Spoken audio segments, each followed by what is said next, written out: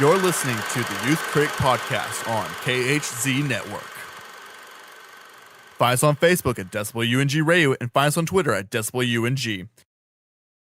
If you like this episode, please leave a like and comment on our iTunes page at KHZ Network. Once, everything was awesome. And now for the podcast. Now, everything is bleak. Hey, Lucy, I brought you coffee. Coffee. The bitter liquid that provides the only semblance of pleasure left in these dark times. Oh my goshness, did I interrupt you brooding just now?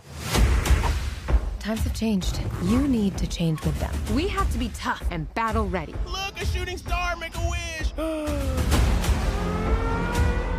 no. Hurry, the door is slowly closing. Oh, the pain. It's getting so cold. Emmett, what are you doing? Hooray! See, that wasn't so bad, nothing got in. Ah, something got in. I'm General Mayhem. Bring me your fiercest leader. Lucy! Emmett! Hello, everyone. Welcome to the Youth Critic Podcast. I am your host, Kel Smith. Joining me today is Tyler Scruggs. Hey, how's it going? It's going good. And Happy to be here. today we are going to be talking about the Lego Movie 2, the second brick. Oh wait, no, it was the second part. The second part. They didn't use a obvious ploy to market their movie. No, they didn't. And I have a theory on that, which we can definitely get into later once I go down my Rabbit hole. signature rabbit holes. Well, before I have plenty for this movie.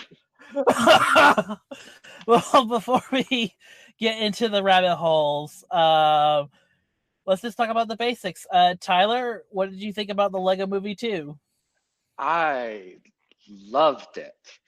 I loved it with an asterisk, and I love it with an asterisk the same way that I love another Chris Pratt franchise, Guardians of the Galaxy. To me, the Lego Movie 2 felt very much like a sequel in themes and ideas and concepts, much like the way Guardians of the Galaxy 2 was a sequel on the themes and characters and concepts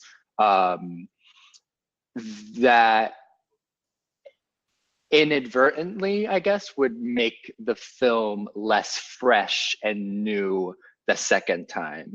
Like, they're very similar in styles and tones and pacing that, yes, it's kind of the same thing over again, but it takes it to that nth degree on a level other than action or comedy or, the things that you get surprised by in a movie. Does that make sense? Yeah, so essentially your point is Phil Lord, Christopher Miller, and Mike Mitchell just made the Lego Movie again, but added more to the themes and characters and concepts. Yes, yeah. Like, I loved it as much as the Lego Movie, but it, by definition, didn't feel as new or fresh or exciting as the first Lego Movie. So let me ask this: why do you think that is? Partially fatigue. I think that was definitely a factor in its box office performance. The Lego Batman movie came out and Lego Ninjago movie came out between these two films, the first and second Lego movie films, with different creative teams more or less and kind of different agendas as to what those movies were trying to accomplish. And while I love the Lego Batman movie, I can see people being turned off by the Lego Ninjago movie, or relegating the film as simply for kids and simply it's just the Lego movie, the way that people felt about the Lego movie before they actually saw the first Lego movie. Okay. For me, well, before I get into my thoughts on Lego Movie 2, I think that's an interesting point brought up in that instead of getting the sequel right away to the Lego Movie, we got spin-offs, the Lego Batman and Ninjago. Lego Batman still was a hit. It still did very well with critics and fans and was still a decent sized hit, given that it opened against 50 Shades Darker and John Wick 2. But Lego Ninjago pretty much just came and went. Like it pretty. Yeah. I would argue because Ninjago has no built-in audience aside from its Lego property or like whatever, like it was the most for kids of these Lego movies, even like in the film itself. So I kind of give Ninjago movie a pass because I still found it funny, but lackluster nonetheless. Yeah, I think what's interesting about the last three films is that all of them dealt with daddy issues to an or not, maybe not necessarily Lego Batman, but they all dealt with they dealt with issues of parental absence or they dealt with something revolving around the parents, and that's very obvious with Ninjago, with Lord is it Domagon? Or is that anyway? Yeah. Demogorgon. Not the Demogorgon. Not the Lord Demogorgon. Whatever his name was.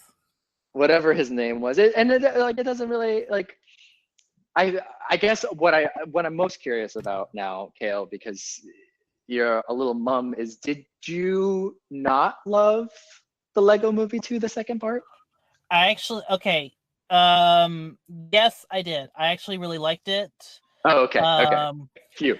Yes, I really did. I really loved it. I loved it a lot more than Lego Ninjago, and it's about I think honestly maybe it's because I'm a Batman fan, but I love the Lego Batman out of all four of these movies. That's fair. It's a very, very good movie. And what they do with that character with Batman is I think such a fresh and new take, and was so needed after so many tries of trying to harken back to that brooding Frank Miller type. Yeah, absolutely. I say this just to irritate people, but like I'm like I do, but I am earnest when I say that the Lego Batman movie is my favorite Batman movie since Batman 1966. Like I simply prefer the campier, sillier Batman than the like while also being the world's greatest detective than like the martial arts expert like loner psychopath. I want to be friends with Lego Batman and Adam West. who's also a billionaire that can socialize with people and has many connections. Yeah. We can get. There are whole podcasts devoted to Batman. I'd prefer to think about the Legos. Oh, actually, I actually bought a Lego Movie 2 set at Target. I totally forgot. I got the little. I got Queen. Whatever I want to be. Whatever I want to be. Whatever I want to be. Yeah, okay. So I mean, coming back to Lego Movie 2, I loved it. I had low expectations because I thought it was a completely different. I thought it was a different creative team, and I thought that Lord and Miller were completely removed from the franchise at this point. So I was actually really surprised to learn that that Lord and Miller had written it, and that this was a thoughtful continuation of the first Lego movie. Because I mean, the first Lego movie affected me in like a deep way, not only as a Lego fan, but as a movie fan and as someone who has, I kind of have built my career on thoughts on identity and one's place in the world in this big sea of everything. And the first Lego movie was very much about identity and kind of the deconstruction of that. And the Lego movie 2 was like a deconstruction of gender, really. And that's what I found most so confounding and surprising, was how moved I was about from how much I took away from the film regarding some of the world's problems today, and how, like, what my role is and the thing that I must learn through that, like, via the Lego movie 2. So like it very much felt like just as resonant now to me in this time as it did for me 5 years ago with the first Lego movie, and beyond. And so I'm just like, I'm really astounded by that. And the fact that it's just like this campy musical, like, holy cow, it was just completely unexpected. And it definitely has to be seen to be believed. Those are really interesting points, but I have a very different point on the Lego Movie 2. And actually, to your point about Phil Lord and Christopher Miller, they were not really that part of the movie until they left Solo, because Solo had taken pretty much 2 years of their creative efforts away. I mean, Phil Lord wrote Spider-Man Into the Spider-Verse before they started filming on Solo, but that was pretty much all they could really do beforehand, because everything they were doing was going to Solo. At one point, they wrote a script for. Maybe I'm getting this wrong, but I think they wrote at least one draft of the Flash movie. Yeah, I do. I recall that. That will probably never get made. And because Ezra Miller is stuck in that Fantastic Beasts franchise till eternity. And let's see what else. But yeah, it wasn't until after Solo that they did come on board, and they helped Mike Mitchell, who is actually replacing a whole other director. The reason why it took Lego Movie 2 so long to get in front of theaters was because it took a long time to figure out the story and to get the creative people and to find the creative team to do it. Now, eventually, they did circle back to Phil Lord and Christopher Miller, and they kind of and Lord and Miller kind of helped Mike Mitchell, who was already there before they were, kind of help round out the story. Like that was so that's more the development on that film. Mm-hmm. But that's actually a good point about the dissection of gender. To me, I look at the film as someone who's a writer. It's a dissection on sequels. It's a dissection on, how you hear that, sequels always have to move the plot forward. They have to move the characters to a new spot. They have to, like everything has to move forward in a sequel. Like every great sequel moves everything kind of more forward. Yeah. In Lego Movie 2, Emmett does change as a character, but he then reverts back to what he was at the beginning of the movie. Yeah. I really liked that. I viewed that more in the broader arc, from the beginning of the first film, where it was like you kind of have to break out of that matrix that Emmett did to be a master builder, or the one, or the protagonist who can manipulate his circumstances and reality to his will. Like that requires a certain perspective and creativity, is what the first Lego movie proposes. And then in this one, it says it like both reaffirms Emmett's original conceit, like at the beginning of the film, like as you're saying, but like it then unlocks all the doors and breaks down all the walls on whatever a chosen one or a character or a special can be. Like, does that make sense? And so like it's like characters are now just jumbles of bricks, and they're sentient and they don't follow the rules of Bricksburg, and it just feels like today in a lot of ways. It just feels like what we're going through just societally, we're breaking down these constructs, and everyone is kind of becoming the special that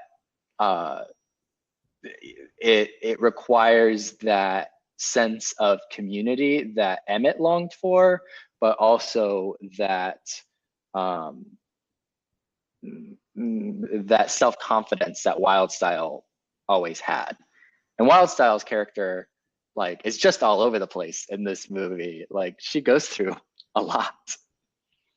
Well, she's the character that actually does change. It's not, in this movie, it's not the leading character, it's the supporting character that goes through a change. Yeah. Because she's the one that ultimately accepts who she is as a character, as are we calling them bricks in this universe? She ultimately accepts who she is, and she lets down her guard. She is kind of that.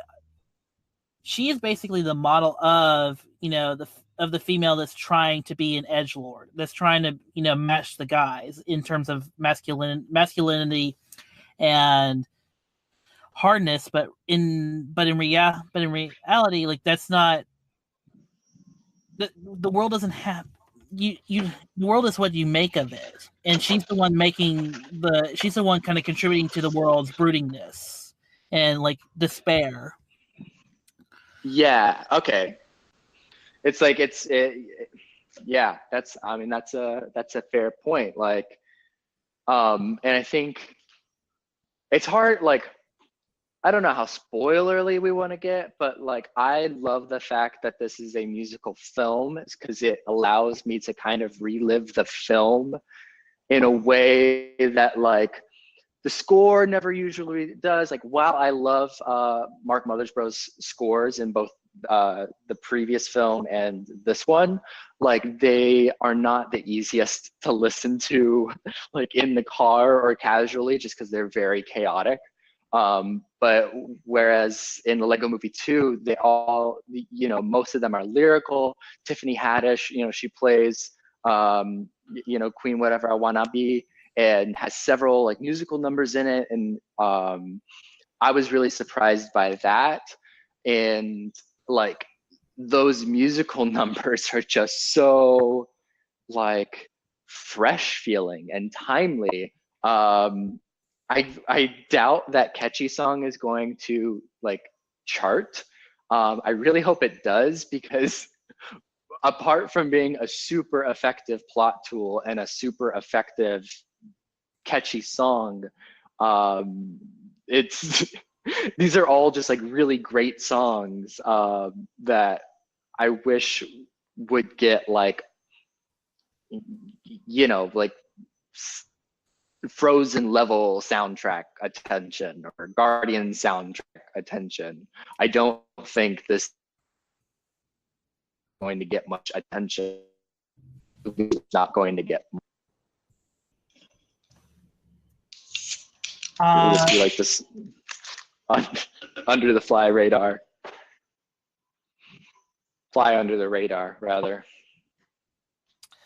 Yeah, well, the soundtrack for this, it is really good, and it adds even more. I mean, Everything Is Not Awesome. I think there's two different versions of it.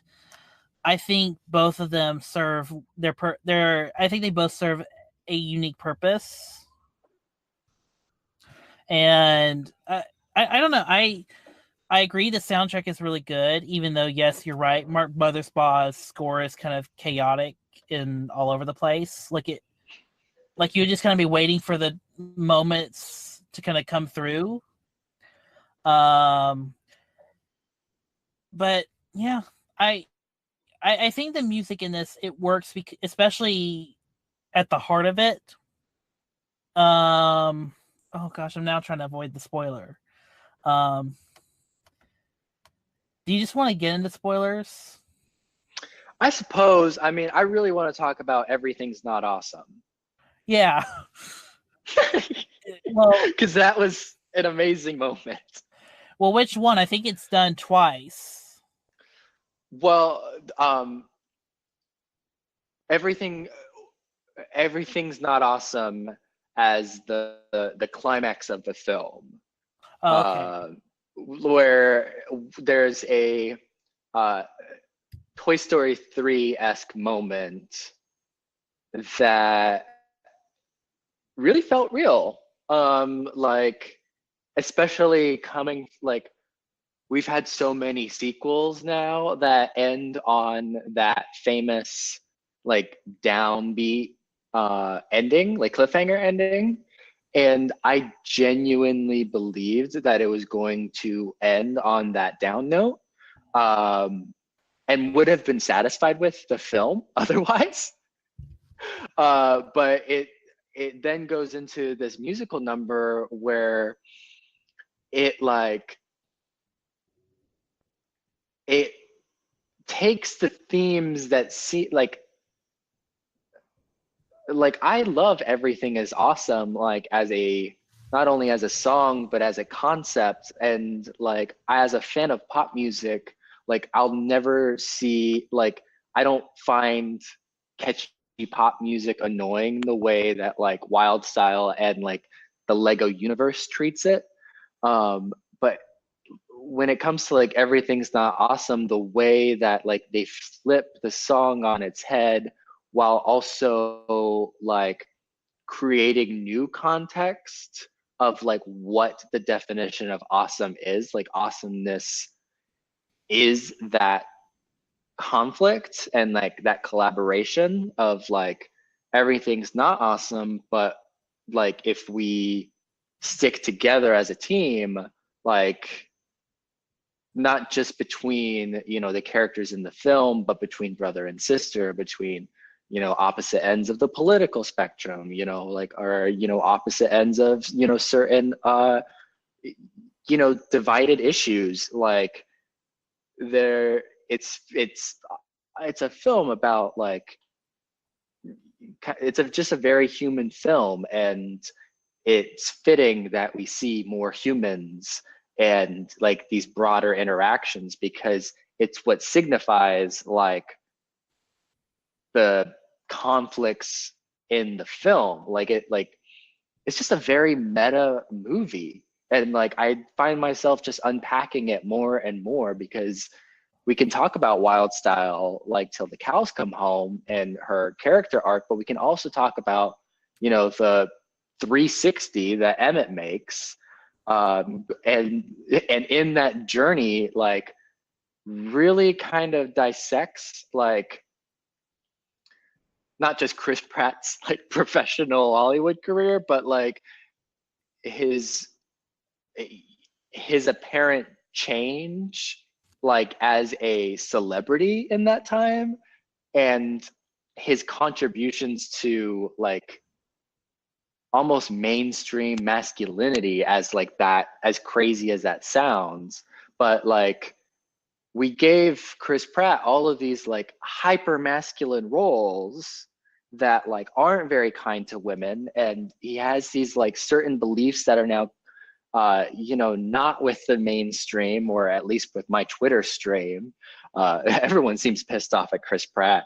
Like I can't help but wonder like how, like what he's feeling or going through,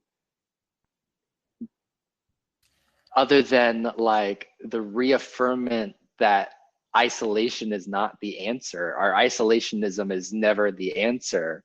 Because that's the point of the Lego movie too, is that as soon as you become exclusive, your your creativity has shrunk. Well, and also in regards to Chris Pratt and the meta nature of how it relates to how it relates to Emmett is, you're right, is, we've given not necessarily masculine roles. I mean, really the only masculine role. Oh, never mind. You're on the right path, because I was thinking, well, there's Jurassic World, and I remember Passengers. I remember Passengers now. I mean, do we consider Guardians of the Galaxy do we consider Peter a masculine role? He's a misogynist, at least. Okay, fair enough. At the very beginning, he forgets Beirut's name, and like it very much establishes him as like this, as like kind of this sleazeball, in a Han Solo kind of way, but like in that, I think regardless of his dancing or perceived wimpiness or whatever in comparison to Drax, like it's still a very affirming of masculine machismo action movie traits in a modern sense. Yes, in a slightly more modern sense, but even at the time, like the first Guardians of the Galaxy film felt like, like when Drax calls Gamora the green whore, and like that movie did, even at the time, say some things that I found to be off color, including that opening scene where like he forgets the girl's name and it's meant to be funny. Like it's not, like I've never really found that scene or moment funny. It was always just gross to me. And I think even in a retrospective sense like that, like I love that movie. I've seen Guardians of the Galaxy no less than 30 times, but yeah, it's a little misogynistic. I see the point, but I feel like, and now I'm going to make everybody sad again. This would have I feel like James Gunn was building to an arc to where Peter Lord kind of grows up and put away his, his boyish maturity. Yeah. Really, that's what Peter is. He's basically a man-child. Yeah.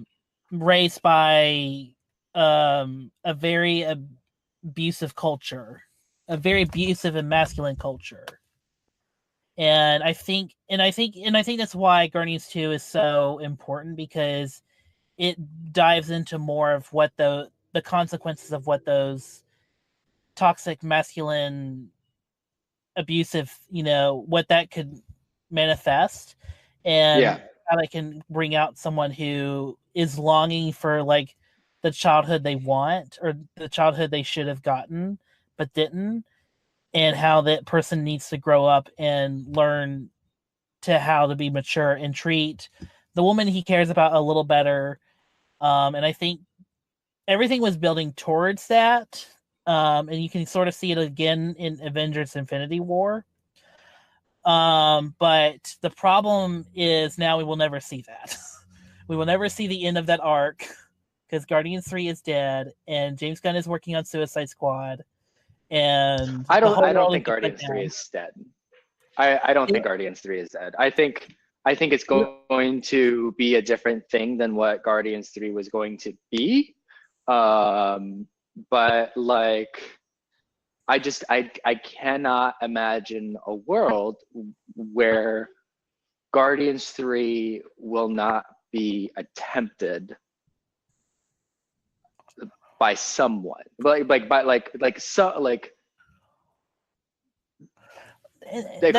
Guardians of the Galaxy franchise will not end with Avengers Endgame, because that's what that ends up meaning.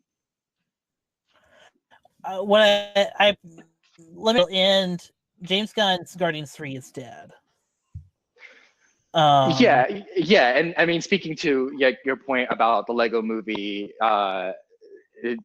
2 or Guardians 2, kind of building to this, to this point, this greater point in,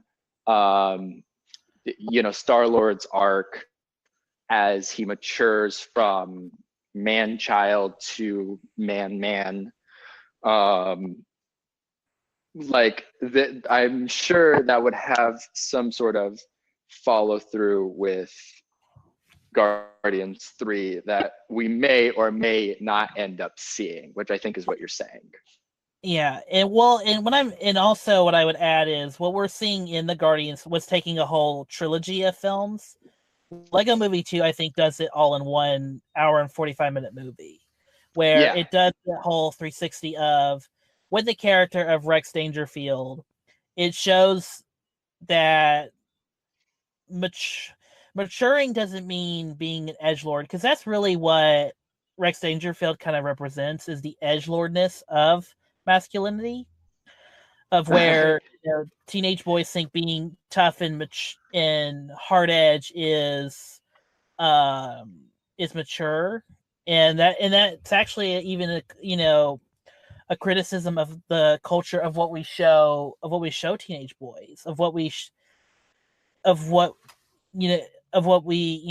instill in boys to think what is mature. Yeah. Like, I mean, it's is Indiana Jones like someone to actually, I mean, maybe that's not the best example to like model your life after.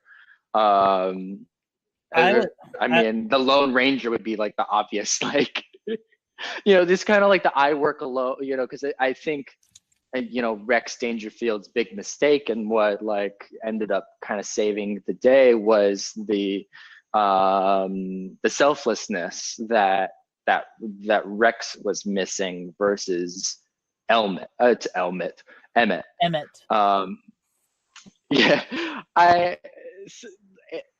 So I like Emmett does this thing where he already cares about other people, but he cares about people to a fault, in the first film. And then by the second film, it's like he's saved the day and then unsaved the day while also being cheery and positive. So like he was almost selfish in that instance, like where he wasn't taking people's problems or like the broodingness seriously in Wild Style. He wants that for himself, but like he almost can't empathize or put himself in those shoes without almost victimizing himself. Am I like reading too much into this? Like he goes through a lot, like in the course of this film. Like he goes from hero to villain to village idiot, like 3 times around in this film. Well, here's what I'll try and make sense of. He's a character. Emmett in this movie, he is essentially, he is a man-child that is trying to figure out what path that's in an identity. Hold on, let me rephrase. He's a man-child that's in an identity crisis because the world around him is telling him you've got to be broody, dark, and masculine and serious. And even Wild Style gives in to that. I mean, the whole world around him is basically a Lego set of Mad Max Fury Road. Yeah. And the world, so for him to, so he's trying to figure out what he needs to be. But and even like when he meets Rex Dangerfield, which is basically the embodiment of not necessarily Peter Quill, but Owen Grady, the character from Jurassic World. Sure. Like this cool, suave, just character that knows how to ride with velociraptors. I just find that so he sees that coolness and it's like, I want to be like that. I want to be tough and serious. I want to grow out my beard that I don't have. Yeah. And it builds, and that's where he's forming his identity. Unfortunately, he doesn't realize in forming his identity, he's going to wreck the the lives of so many people, or the lives of so many people in his own world. He doesn't realize he's wrecking something that's beautiful and it's actually genuine. That's genuinely like, going to unite the world. And so the whole movie, while it is very much an obvious critique on toxic masculinity, but it's a critique on where does that come from? And it comes from the culture. It comes from the society that he lives in. Yeah, it gets to the heart of why, like, what makes masculinity toxic. It like selfishness and environment. Like Right. it answers some questions for people that I know some people have, like, where it's like people think that there's this whole like war against masculinity, but like the Lego Movie 2 gets a little specific, as to what people are actually upset about. They're at war against the edgelordness, the misplaced maturity, and mistaking the maturity for something that is grown up. Mm-hmm.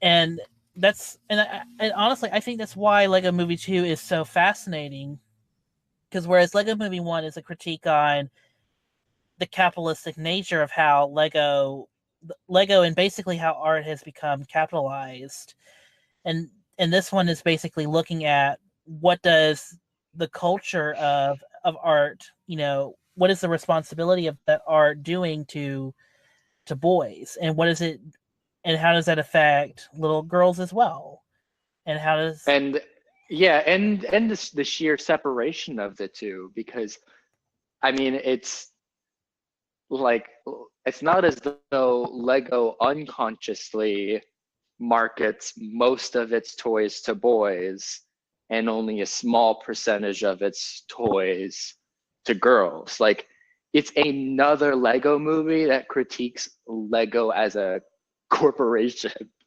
It's insane. and Lego's perfectly okay with it. And Lego is so happy with it because, like, I mean, because their universe has just simply never come to life in this way, apart from their pretty fun video game series. And even then, it's not like genuinely Lego feeling because of how painstakingly animated these films are, and how true to life, despite whatever creations or worlds we're seeing, you can still kind of feel that it was built brick by brick by brick. And that's what makes it, for one, so fun to live in, and two, like, so I think that's what makes these films magical to me, is the tactile nature. Like, the faces have scratches, the paint is chipped, like it all, these are all just like very real feeling toys, that no matter what, like, as long as they maintain like this, like the quality of films that they have currently, like I can't wait to see what they'll take on next, because the possibilities are literally endless, and Warner Brothers is kind of hurting for that money. Like, I would not put it past them to announce Lego Justice League and have it make 3 times as much as Justice League. Probably. I mean, and I would watch it, like with Silly Man and their Green Lantern character and what turns out to be 3 different Wonder Woman characters. Like, it's just very interesting. It's all very interesting. I would love to too, but I think because of the box office of this movie, and because How to Train Your Dragon opens in 2 weeks from now, I think we might be getting a Lego Batman movie too, and then that's it. Because maybe. I mean, to be fair, these movies don't cost a whole lot of money. They don't. And now that they've seen, like, because you also have to consider how much of a success Spider-Man Into the Spider-Verse has become since we last talked about it. Mm-hmm. Like now that it's sweeping awards and like garnering a lot of like legitimacy in like the cinematic kind of way, like it's already grossed twice its budget. And it's already grossed twice its budget. So like the way I see it, like there's going to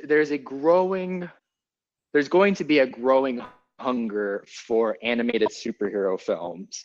And these films, the Lego films, are only going to get cheaper and cheaper to produce, like as these CGI models and animation processes get more and more efficient. Because it was hard the first time, and if you haven't seen the first Lego movies special features, I highly recommend it.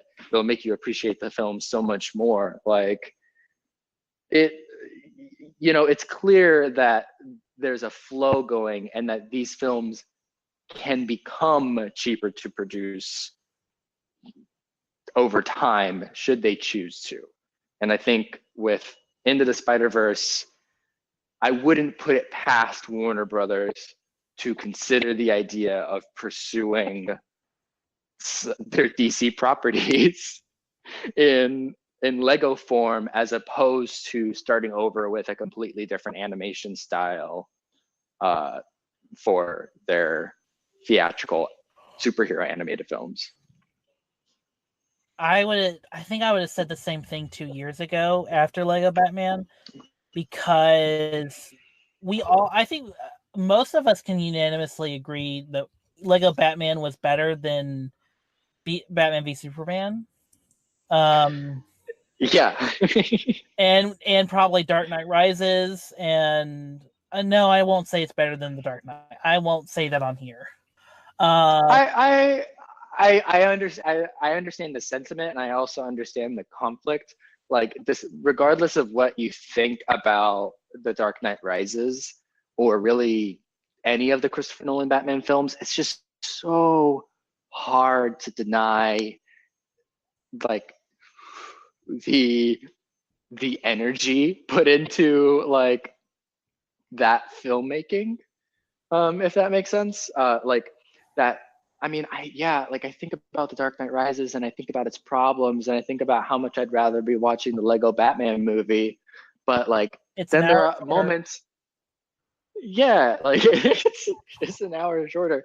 That movie still like takes my breath away in like weird ways. It's such an emotionally driven movie that like oftentimes it doesn't make sense. And for it being like this gritty, realistic thing, like it's hard to accept that even though Christopher Nolan movies take place, in the real world, quote unquote, they're still movies. So like you kind of have this expectation that everything is mathematical or fully logical, but I mean, you can't really expect that from the plot of The Dark Knight Rises. You can't, and it's impossible because nothing in that movie makes any sense. Like, wait, you sent this guy all the way to India. Wait, how did Bruce Wayne get back from India? He doesn't have a passport. Like, yeah, nothing makes any sense in The Dark Knight Rises. How does one break one's back and then heal it in just a couple months with some push-ups? And being punched in the back. Anyway, but yeah. Yeah, but I don't know where you go. I would love to see a Lego Movie 3 and just like cap it as a trilogy. But then again, I don't know where else you go because we've done the Star System. We've done Lord Business.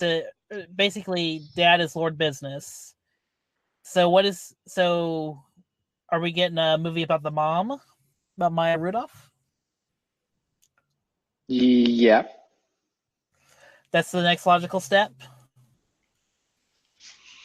I mean, to me, I guess it just depends on where, the family is willing to go or how old they're willing to get with that. Because to me, almost the next logical step is, Toy Story 3. Like in a sense, where it's like moving on from, maybe it's a Lego Minecraft movie and it's about Emmett, like, and the gang having to deal with the reality that like kids don't play with Lego anymore, they play Minecraft, and then it's like the Lego movie but built out of Minecraft. There you go. I just handed Warner Brothers $500 million. I was thinking the same thing. Oh my god, that's brilliant. Yeah.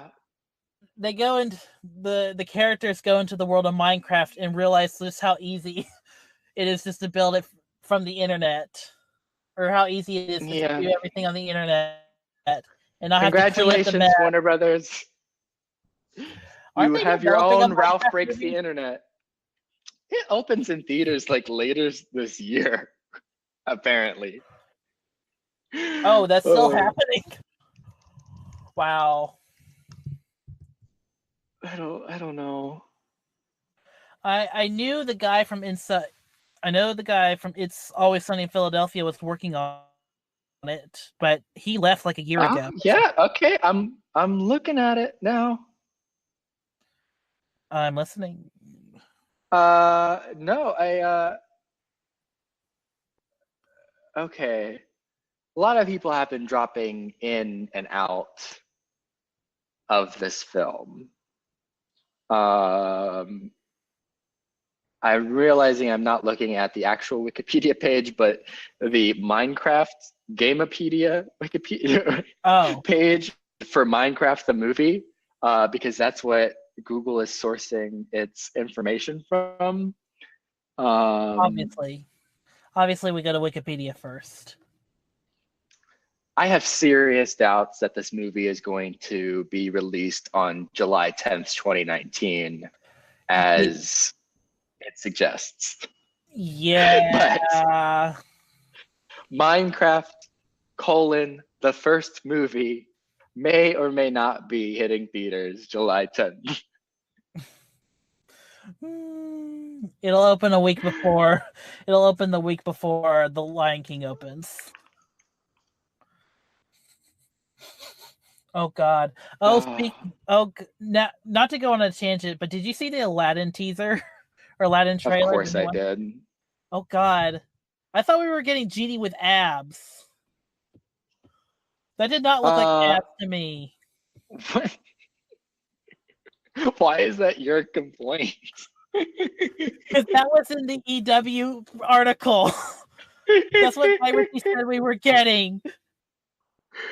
I don't know. He looks. I mean, he looks like Paul Giamatti in Big Fat Liar, and then I just like want to watch Big Fat Liar. Like it. I mean, Disney. I'm sure these films make sense financially. I'm sure they do. I'm sure that in like the Middle East, once they translate like Aladdin into its respective international languages, it like is super super super popular and the number one thing on the planet, like, you know, in those areas. And I know that they're doing it on purpose, but oh my God, Disney, please, like, make these movies look better. They look so bad, just like visually. I get so turned off and confused and angry every time that like I see a frame of a Disney like live action remake. Like, aside from The Jungle Book and The Lion King, those two seem fine to me. Like, Hey, they got John Favreau in Beauty there. and yeah, like he's doing his thing. It makes sense. It looks really pretty. There are no humans in it. I get it. Or there's just the one human in the Jungle Book. But like Beauty and the Beast, where like there's like cups and cupboards, you know, and candles that like have faces and very specific character designs that like work very specifically for those character designs. Like In the animated in the animated movie, like those looks make sense, like, and they look like something that would be enjoyable to a child. But like this does not look enjoyable like to anyone. I would rather them just do straight up CGI where, you know, they're doing, you know, like CGI frozen looking versions of these movies. Like, would that have been the more sensible step to take, to like create 3D environments that, I think you know, that capture the magic? I think it would have made it more, even more of a pointless remake cash grab, because honestly, I think if you just did the whole movie again in 3D animation, I think people would still be like, they would be even more like, this is a cash grab. And even worse, you're doing a remake of a movie where Robin Williams pretty much he nailed it. Like, he is the definitive genie. And now we're getting Will Smith. We're getting the Fresh Prince of Bel-Air as the genie. It's very hard for me to be upset at like Will Smith. Like do your thing. Like there's never been an actor like Will Smith, I feel like, in the sense that like no matter like how many bad movies he's in, like he's still the most popular actor ever. Like, and he works really hard to do that. He's massively successful on Instagram and YouTube, and, you know, has created this brand, so like, you know, surrounding family and his kids, and like, more power to you, man. Like, I get it. Like, you deserve all of this. Like, the genie just does not look good. Like, it doesn't look good. Come on, Guy Ritchie. Like, yes, like, come on, Guy Ritchie. And those are decisions in like conference rooms, you know, like those, that's what people are upset about. Because I mean, I don't have a particular problem with say Pokemon Detective Pikachu, like, and those hyper realistic renderings of the various Pokemon, like, that's a animation to live action like transition that like maybe people have very opinions on it. I don't know, but I saw that and I was like, okay, like that makes sense. Like, or this feels real. And feeling real is a lot different than looking real. And a lot of times, especially when you look deep in the dead eyes of the beast from Beauty and the Beast, like just because something looks real doesn't mean it feels real. Yeah. Disney, just don't screw up The Lion King. That's all I ask. Just don't screw it up. Don't take one of my favorite movies as a kid and butcher it to death. You know, one would say, Kale, that that's the circle of life. You make something beautiful and then you butcher it. Yes. And then the next generation will, and then some J.J. Abrams like person will come back and make it just like how it was. Only for Ryan Johnson to do something new with it, and then everyone freaks out. Yep. And then it comes back full circle. And that same J.J. Abrams character comes back and reaffirms everybody's love for a thing. Yep. Yeah, if you want to know what happens in Star Wars Episode 9, go see the last 45 minutes of the Lego Movie 2, the second part. Oh yeah. And then slow it down.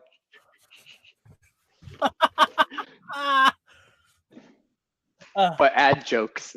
Somehow add more jokes. Somehow, let's get Joss Whedon in there to write some jokes. Man, we got to end this podcast because I cannot get on a roll about Joss Whedon. All right. All right.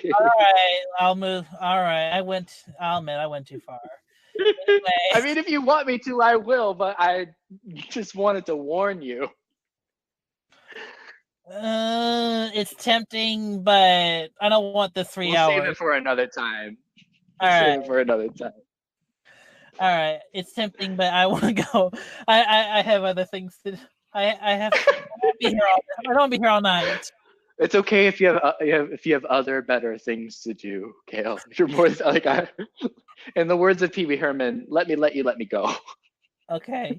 All right. So let's wrap. So actually let's talk about not the exact climax of the movie, but what we think is like going to be the resolution to the problem of the movie, but actually turns into the real conflict, which is Emmett destroying the wedding and basically destroying the Sistar system in the process. Yeah.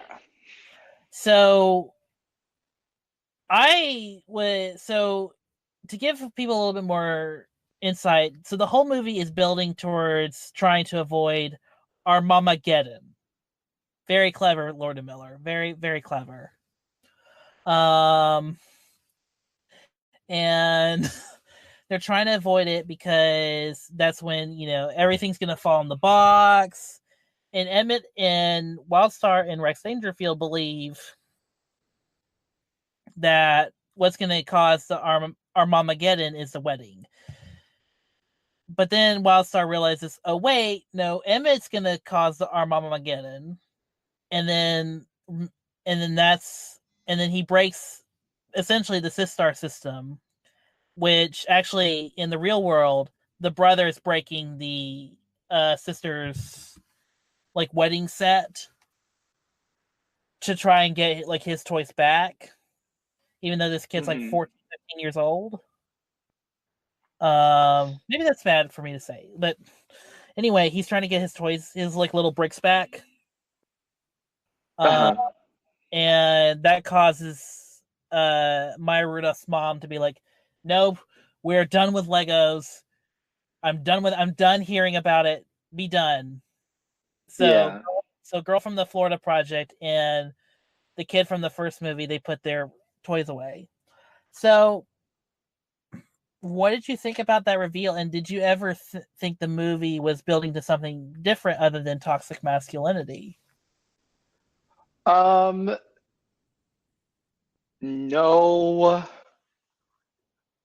I knew the film was going to tackle toxic masculinity.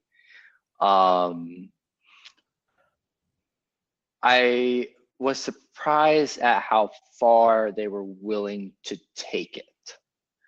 Because I think there were several, towards the end, like Benny, the spaceman,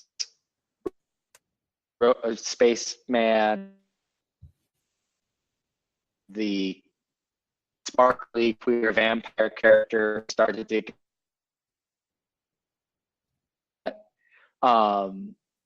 but there was a lot of like queerness in the film that like I was most shocked by, not like in an offended way obviously, but in a like, oh, they're going there.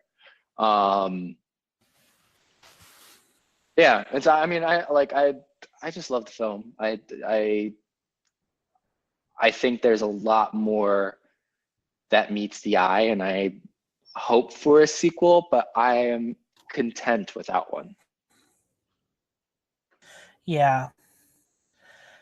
I mean, all these movies are very tight, and they're not like building off of one another. They're not like a series of films like Fantastic Beasts.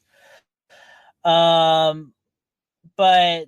they're their own contained story. So yeah, I would feel satisfied. And for a moment, you're going back to where the movie originally put the end. I literally did think for a second, oh my god, like that's a great ending to a movie. Like Emmett broke the universe, and now everyone is in shambles, and now we're gonna have to wait 5 more years to figure out what happens next. Oh, I hope not. Yeah. Lord and Miller, just go ahead and get on it before you do something else. Yeah. I know we said that last 2 months ago with Spider-Verse, but just get on this. Keep going, please. Yeah, just keep doing what you're doing. I'm gonna spend some time looking at their Wikipedia page, wondering because I don't know what projects they actually have lined up anymore.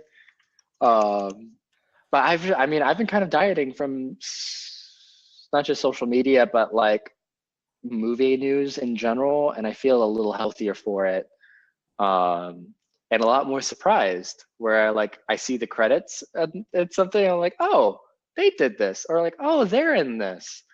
That's kind of been more fun than wondering when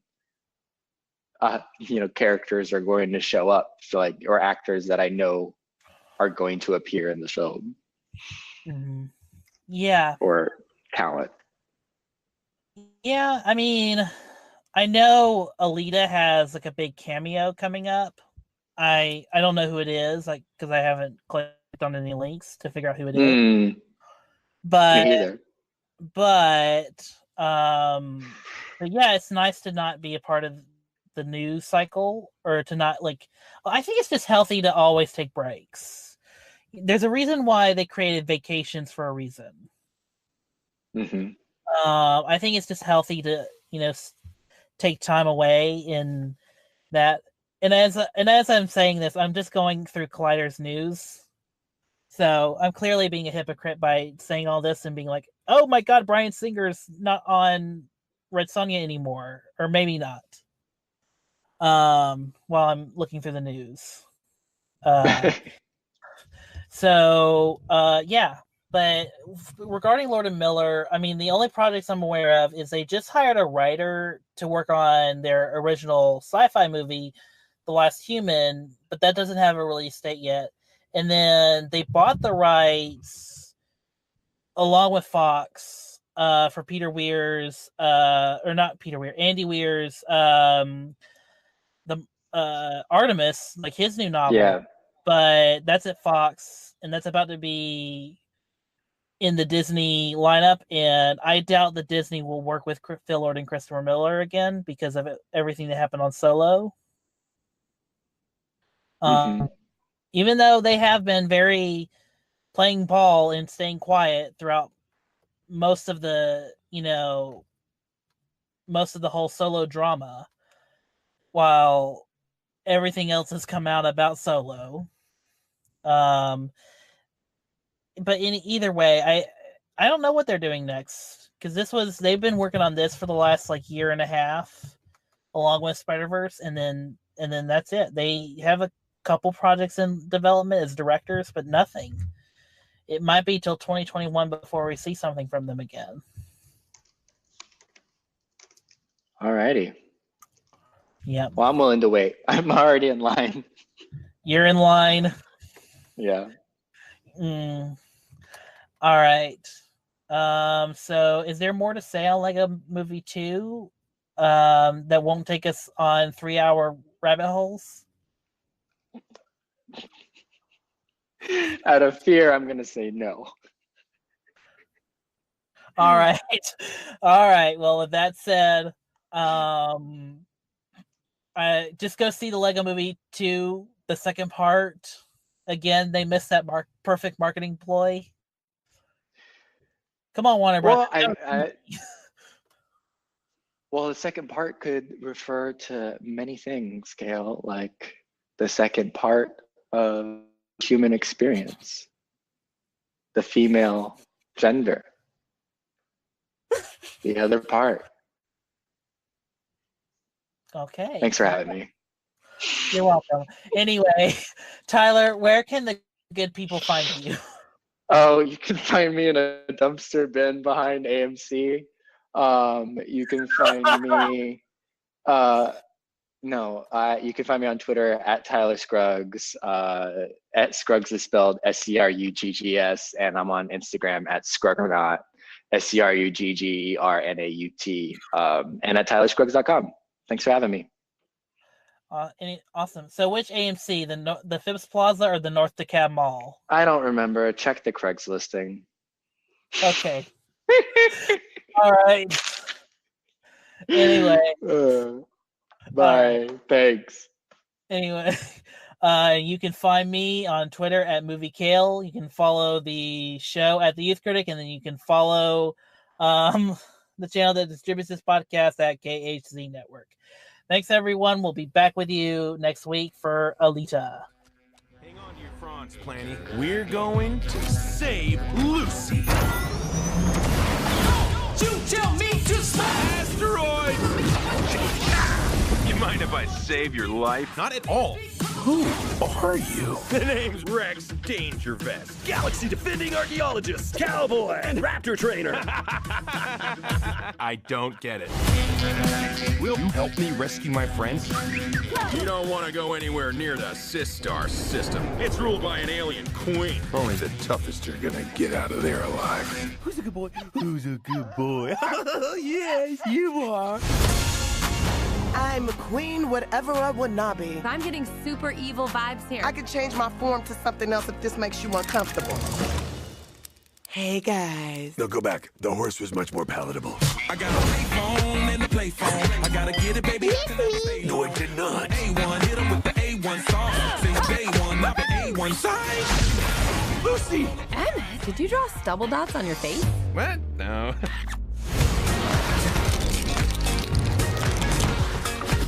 Who are you? I'm your worst nightmare. You're me when I'm late to school and I forgot my homework and my pants are made of pudding? No, I don't.